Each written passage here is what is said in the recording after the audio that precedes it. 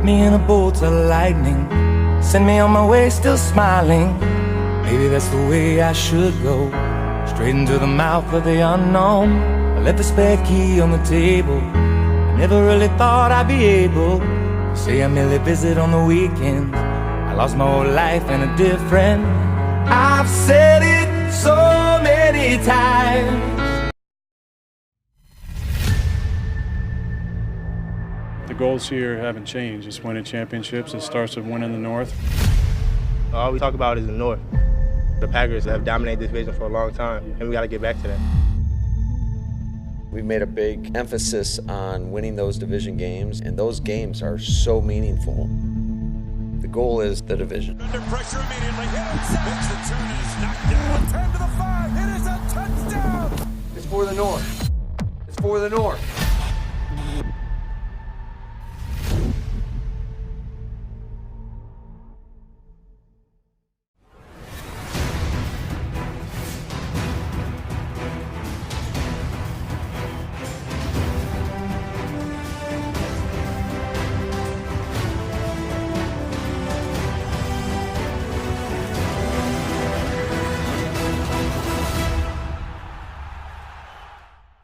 Our goal was to win the NFC North. You guys did that. Congratulations. Defensively, 139 total yards today. That's a hell of a job, man. We all know there's a lot more out there for us. What an opportunity, man, to do something great, man. Yeah. Hey, division champs, man. Family on three, family on me. 1, 2, 3. Hello, everyone, and welcome to Total Packers with Matt LaFleur.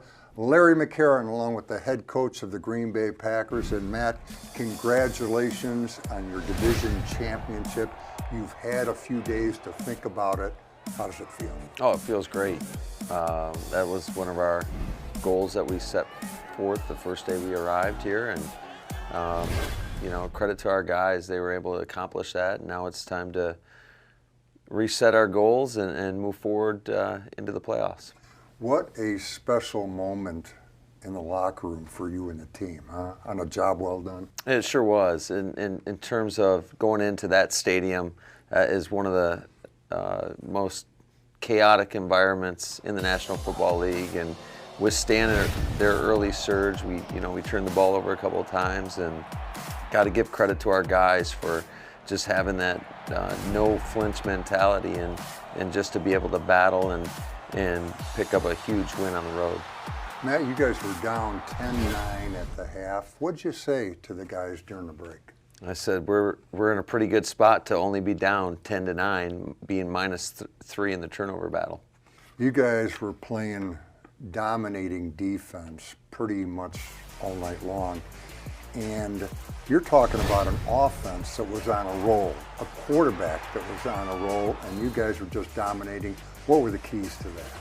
I just think our guys were locked in. I felt it all week in practice. There was a good intensity about our team, a good focus about our team, and then they went out and played ball, and it really started up front, really on both sides of the football. I thought we did a great job just owning the line of scrimmage.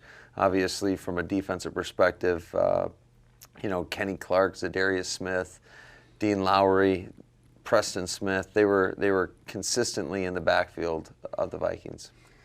I don't think I've seen too many games, and I've seen the great Reggie White and all that stuff, but too many games where a guy dominated like Zadarius did. I mean, watching the tape, it seemed like he had 10 sacks, not just 3.5. He was all over the place. He sure was. He was pretty disruptive, and he's been that way all season long. And I don't know if he always gets the credit that he deserves nationally, but he's done so much for this football team, this organization. Matt, defensively speaking, in the last 4 games, you've allowed 10, 13, 15, and 13 points. That's been kind of a trend in the right direction, culminating with that performance in Minnesota. Yeah, absolutely. I think our staff, Coach Pettin's done such a great job with these guys, and I feel like our guys are a little bit more on top of the details, and we're doing a better job of not giving up as many explosives, and hopefully that's a trend and that'll continue throughout the rest of the season. Let's not forget about the offense. 184 yards rushing against a salty defensive team. Boy, you had to be pleased with that. Absolutely, they're a really good defensive team, and they played a lot of two safety looks yesterday, so it was a little bit more difficult to throw the football. But I thought our guys did a great job, starting with our offensive line and coming off the ball. But our tight ends, I can't say enough about our tight ends and our receivers, and just their contribution to the run game. Our quarterback getting us into the right run calls, and then our backs just doing a great job of pressing the blocks and being physical, running through tackles. Thank you, Matt. Coming up, a very special guest. You won't want to miss him. Stay with us. Something else the committee will consider is that you originated the Lambeau Leap. And it was all spontaneous. People ask me all the time, did I think about it? No, I did not. Touchdown for LeRoy Butler. Holy cow.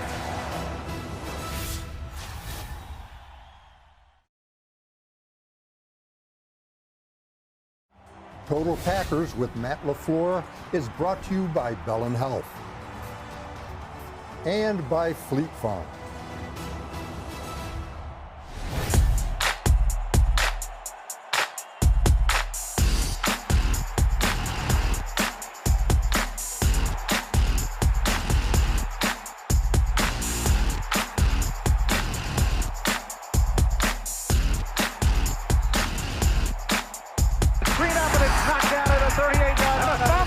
And they're going to give it to the Packers. Goes to the touchdown. Holy cow!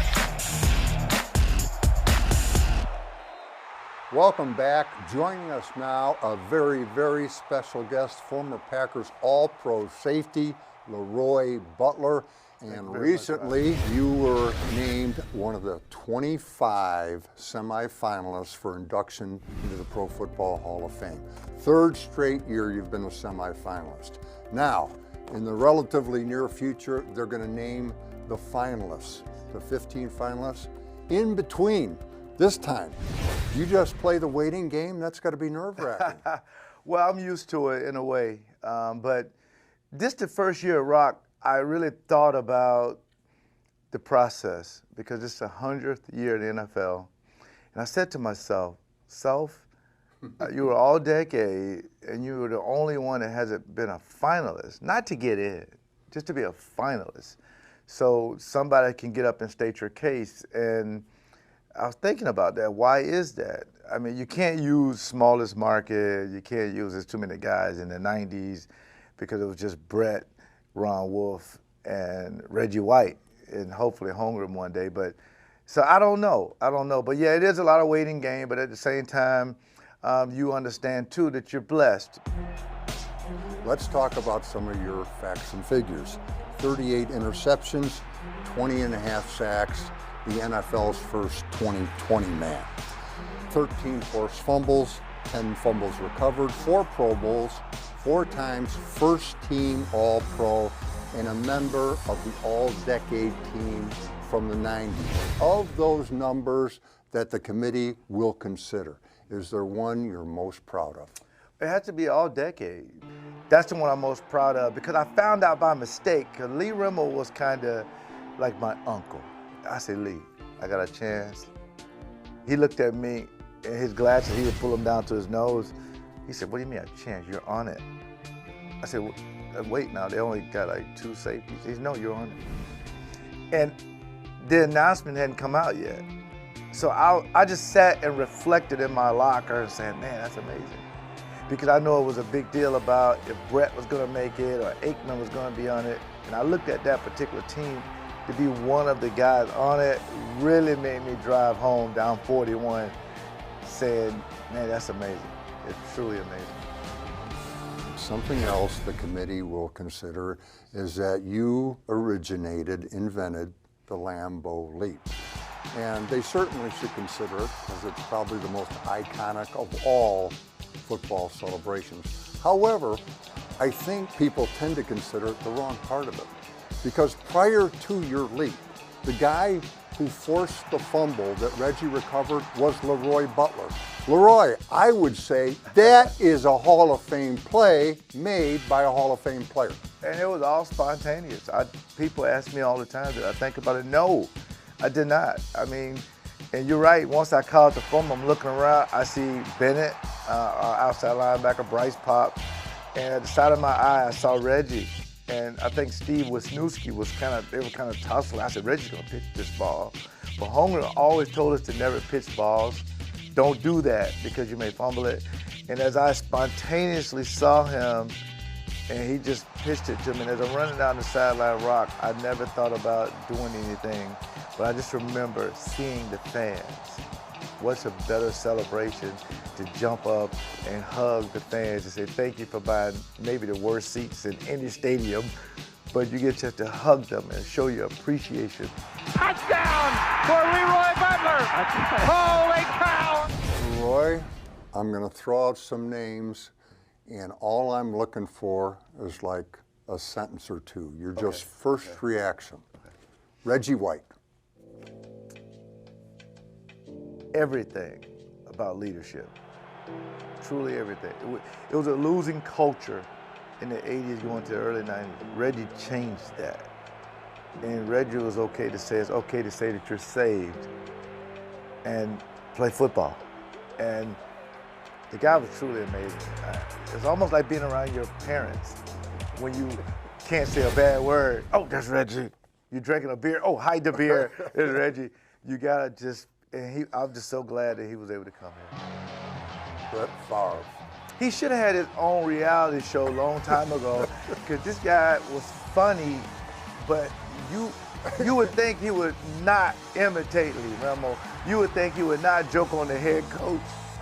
Everybody was, I mean, he was the ultimate teammate because he can go to African Americans and talk about playing spades. He can go to the white players and talk about hunting.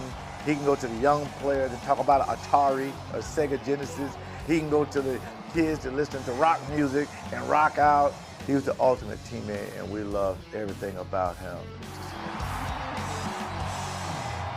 Mike Holmgren.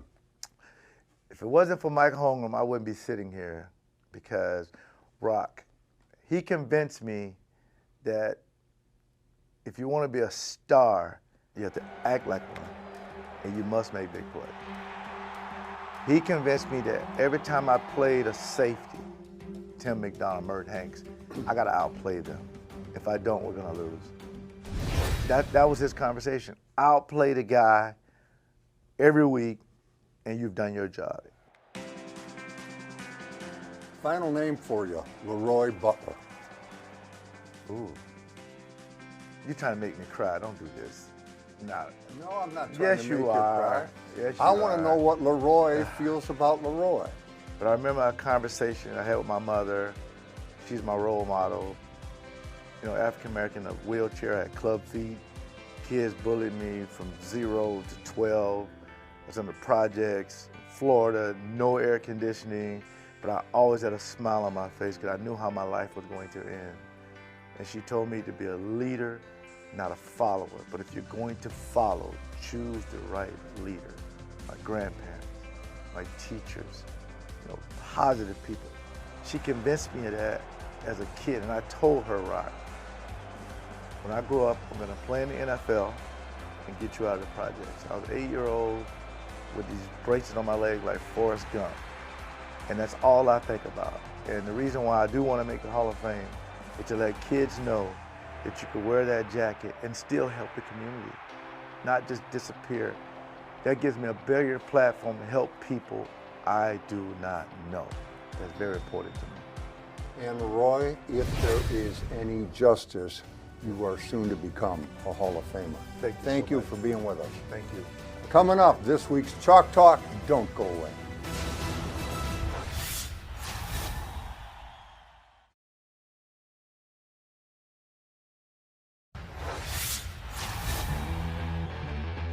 Cousins under pressure immediately, hit it, sacked Zadarius Smith. He's hit it, sacked again. It was Zadarius Smith. Merry Christmas, he is Santa Claus. The Minnesota Vikings averaged just 2.6 yards per play against the Packers. Of course, the headline act was Darius Smith, but his supporting cast weren't bad either, and that brings us to Kenny Clark. If you're as strong as Kenny, the game is pretty simple. Put the guy in front of you in reverse, shed him, and then team up with Dean Lowry to stop a run for no gain. Pass rush, how is this for a twofer? The club and swim, not once, but twice, and a bad night for Kirk Cousins just got worse. Kenny now has 4.5 sacks in the month of December. As a matter of fact, 9 of his career 16.5 sacks have come in the month of December. And you're still owning December. Oh yeah. You know, got another sack in December, so I guess it's cool to start calling me Mr. December now.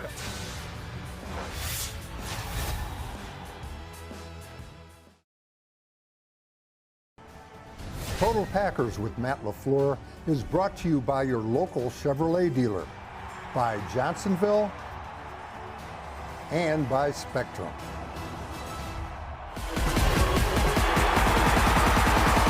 He's gonna go! Touchdown! Nobody will catch him! Cousins is hit, he's gonna be sacked! Sit over the middle, got Devontae Adams! Intercepted Kevin King! Turns the corner, touchdown! He's got Lazard! The NFC North Division champions! Welcome back. Time to hand out some game balls, and Matt, you're going with the entire offense and the entire defense. On that offense, I don't know if you realize this, but Aaron Jones became the first player in franchise history to record a 150-yard rushing game and a 150-yard receiving game in the same season. This place has been here a long time. Yeah, that's pretty impressive, and I did not know that, but he's been a consistent performer every week. And you know, with Jamal having a little bit of an injury and having to go out of that game, he was running really physically for us. Aaron did a great job of picking up the slack, and we relied on him a little bit more in this game. Defensively, for the first time in a long time, 4 consecutive games allowing 15 or fewer points. That's the kind of defense that wins the National Football League. There's no doubt about it. You know, they always say defense wins championships, and our defense is starting to hit their stride at the right time. I feel like the play has become much more consistent, and we're going to need that going into the playoffs. Special teams, you go with an individual, Ty Summers, who is really one of your core guys. He plays them all. What caught your eye about his performance? Just, again, is his production, and he has been a consistent contributor on a weekly basis. He's a 4-core teamer, and meaning he's in all 4 phases of special teams, and he's been a big boost for us this season. Thank you, Matt. Coming up, the last word from the coach. Don't go away.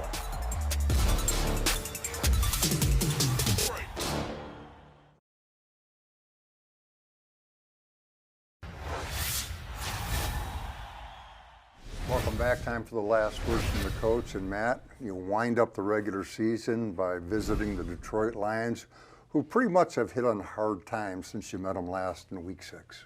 Yeah, they have, but just like any game in this league, you can never take that for granted. We know we'll get their best shot. They gave us all we could handle when we played them earlier in the season in Lambeau, where we had to win on a last-second field goal. So our guys, especially on a short week, are going to have to make sure that we're mentally locked in, make sure our preparation's on point in order for us to go into Detroit and get a victory. I think this is pretty cool. You guys have a chance to sweep the division. That doesn't happen very often.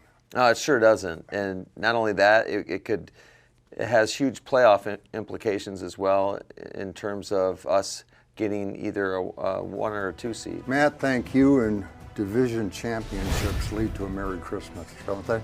They sure do. All right, and you have a Merry Christmas as well. Until next time, take care.